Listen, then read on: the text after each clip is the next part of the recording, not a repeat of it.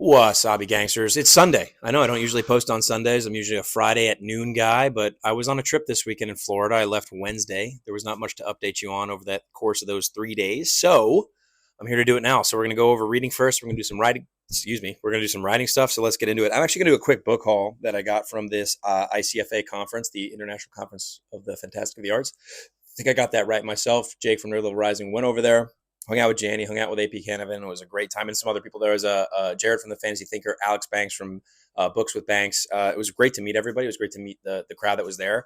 I actually kind of hope that there's some more folks there next year for us to hang out with and chat with. It was a great time. And I met some people I wasn't expecting to and made some great connections. I thought it was fantastic. Janny was fantastic. It was great to hear her insight, her wisdom, AP as well. It was honestly an incredible experience. And just also being in Florida was nice. Getting some warmer weather as I came back to some 40 some odd degrees here in New York. So I'm going to get to my book haul. I picked up Told the Hounds copy. I've been trying to hunt down these mass market paperbacks of like the old covers. I know that when I get up to Crippled God or Dust of Dreams, it's not going to exist in that way. So I have Memories of Ice and I have Told the Hounds. Those are two good ones. I'm going to put that down here just to store for temporary purposes. In that as well, I got a signed Stephen Erickson Crippled God trade paperback. Just the fact that it was scribbled in pen on this puppy, which was really cool. I had to pick it up. And then also the prices at that bookstore were crazy inexpensive, which was awesome. They had such a great selection. I think Jake, he'll talk about it on his channel. I'm sure he picked up like you'll have to just wait and see on his channel. I don't want to ruin it, but it's honestly some incredible pickups. He got like 10 or 15 books and it was well worth it. And then I picked up the Knight, the First and the Wizard Knight duology from Gene Wolfe. I love these hardcovers. I have the omnibus edition that is on Amazon, but I found this, so I needed to jump on it.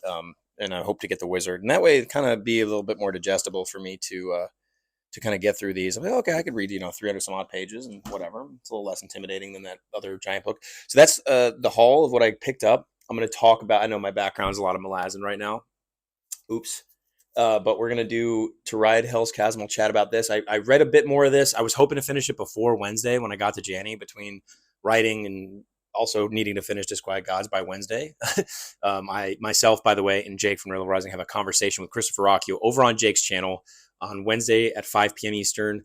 Really looking forward to talk spoilers with Disquiet Gods. We're going to do some spoiler-free stuff, and then we're going to dive into spoilers about questions that we have up to this point, and I'll talk about Disquiet Gods in a second. But yes, To Ride Hell's Chasm, I'm about 75% of the way through right now, and the story definitely picks up at the halfway mark. The beginning, it was more about me establishing myself and immersing myself in the language and the prose, which is fantastic. And then the second half, I'm really starting to get a grasp. She does action so well, and the perfect word is it doesn't do enough justice to what Janny is capable of doing. And then all the other cool stuff that she showed us this weekend. So yeah, I'm going to finish this up probably by the end of this week. That's the hope, because I need to move into a couple new reads. And then I think I decided I'm going to go into the Gallant before the summer, because I'm really enjoying her writing. And I think that will kind of be a great head start for me getting into Curse of the Mistwraith. And I think I'm going to do it in arcs. I'm going to treat it kind of like how I'm treating Realm of the Elderlings, where I'm reading a trilogy and then kind of moving on. So I think with Curse, it makes it a little bit more digestible for me as I'm still going through Malazan to be able to do that. So I think I'm going to do that. And I'm starting to kind of burn through Malazan here towards the middle of the year. And then we got here in Disquiet Gods. I read a ton on the plane yesterday. Got myself to a point where I am going to finish by Wednesday, thankfully. So you guys will hear about the update on Friday, and then also just tune in that live stream. Everything about this book so far is amazing. The pacing is incredible. The way that the story is going, I read a chapter in here. I think it was chapter 40, which is apparently becoming notorious. And Sam mentioned it over at iSamwise. And he wasn't kidding. And he had made that video, like ranking his Sun Eater reads. And I watched and I was like, oh, okay. He talked about Disquiet Gods and that chapter. And then I read it like a day later. It was everything it's hyped up to be. It was incredible. I'm blown away by what Christopher has done with this series, and I cannot wait for Shadows Upon Time towards the end of the year in November. And I can't wait to ask him questions on Wednesday. And that will lead me into, that's what I'm reading right now. Oh, Song of Achilles. I'm about 70-80% done with Song of Achilles on audio, so I am reading that as well. Again, same story, like loving it so far. It is a myth or a legend that I'm familiar with, but seeing the perspective of Patroclus, hopefully I'm saying that right, and Achilles as they're fighting the Trojans. It's a very interesting story so far, and her writing, Madeline Miller's writing is so beautiful. Her prose is so beautiful.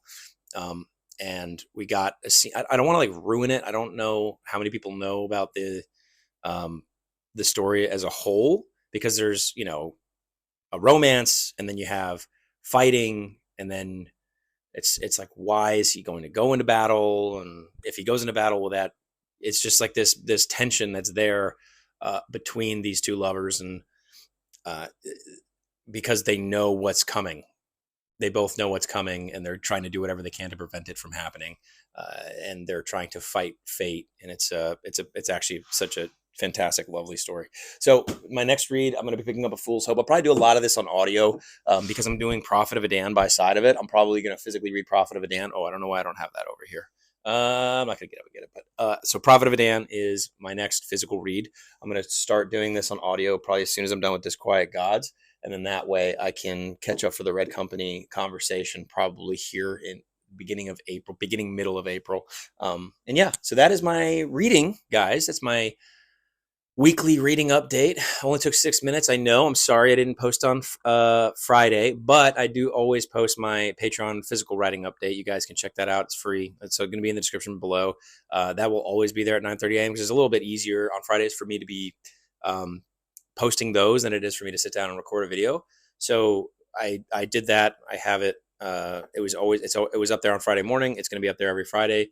These are going to be up on every Friday at 12 o'clock, barring like me being in another state for 4 days, relative to when I last did my weekly update. So yeah, that is some updates there. Let's talk about writing really quick. If you're here just for the reading, thank you so much for tuning in. I'll see you next week. But I'm about to dive into writing. So leave a like, comment, subscribe, talk about below what you're reading right now, your top books, things that you want to put on my radar. I'd love to hear it.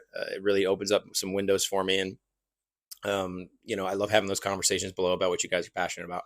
So now writing, I am up to chapter 27 in my revisions of book 2, but I need to actually shift back to book 1 really quick today, tomorrow, and probably the rest of the week to get the proofread corrections done.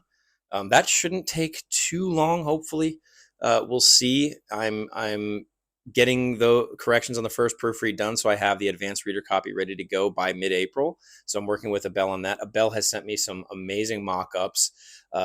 We've settled on the spine and everything that we want done with the spine of the book, and I've submitted for a cover reveal with I think SFF insiders, and so that we'll have that up around the time that the arcs start going out. I do have an arc form. I'll actually put it in the link in the description. If you guys are curious about getting an advanced reader copy, you can fill out the form below. It's not guaranteed, but it's worth a shot. And based on the answers in those and on the form, and you leave your information and email that I can send to, we will have a place for us to send you an arc, and it'll be a digital arc, and then submitting in that will help you qualify more for a giveaway of a physical arc. So we'll see. As time goes on, I'm going to do a limited run of the physical arcs. Those are essentially going to be handouts, giveaways, and I just want people to experience the story, and I'm really excited for it to get out there. So I'm going to have those available for in around mid-April. So book 2 right now for this week, at least the next several days, is going to be taking a backseat to book 1 as I proofread through, and then the goal is to finish book 2 by the end of the month in terms of revisions.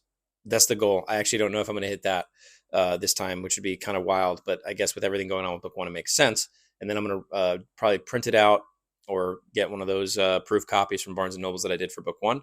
I'm going to run through it with a pen and I'm going to make some corrections and some more revisions through a third pass, and then we'll start alpha reading. So I might also put a form out for that for alpha readers, or introduce a Patreon tier or something with that, because I really want quality feedback when it comes to alpha reading. And I have 2 or 3 in mind right now that I use for book 1 of the 7 or some odd that I'm going to go with again, just to get some story narrative structure down, pacing, all that taken care of for book 2 before it goes to editing. And then the cover will be coming. Book 2 cover release will probably, I'll start working on it in the summer. I think July, Stuart is going to be doing my second book cover, and then we'll do a title release probably in June, leading up to the release of book 1. So you guys will have a title for that. And then I'll start drafting book 3 sometime either late April or early May. And I already have some ideas flowing in my head.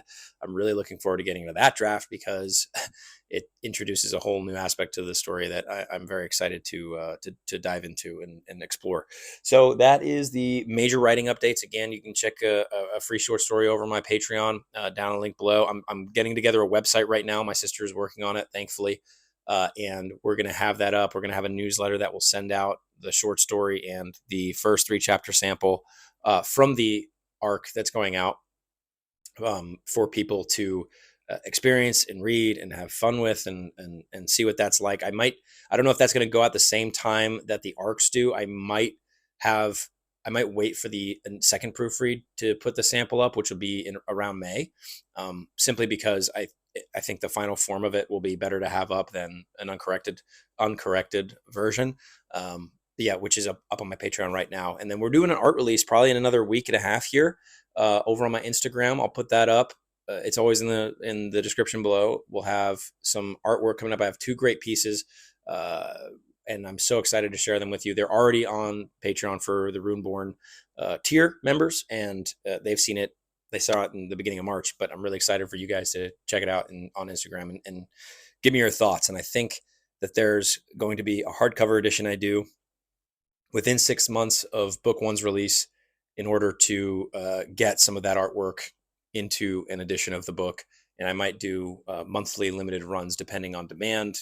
Obviously I don't want to print too much every month. And then I want to make sure that I'm not like sitting on stocks of 50, 100 books, so I'm going to likely do that, like signed hardcover copies that I'll sell through the website at some point 6 months after book 1's release.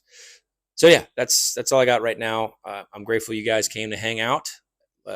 Come back next week. Come back, I guess, later this week, because you're seeing this at Sunday.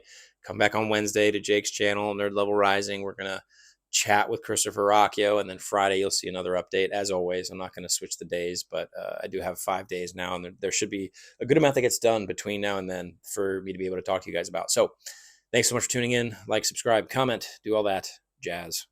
All right, gangsters, I'll see you next week.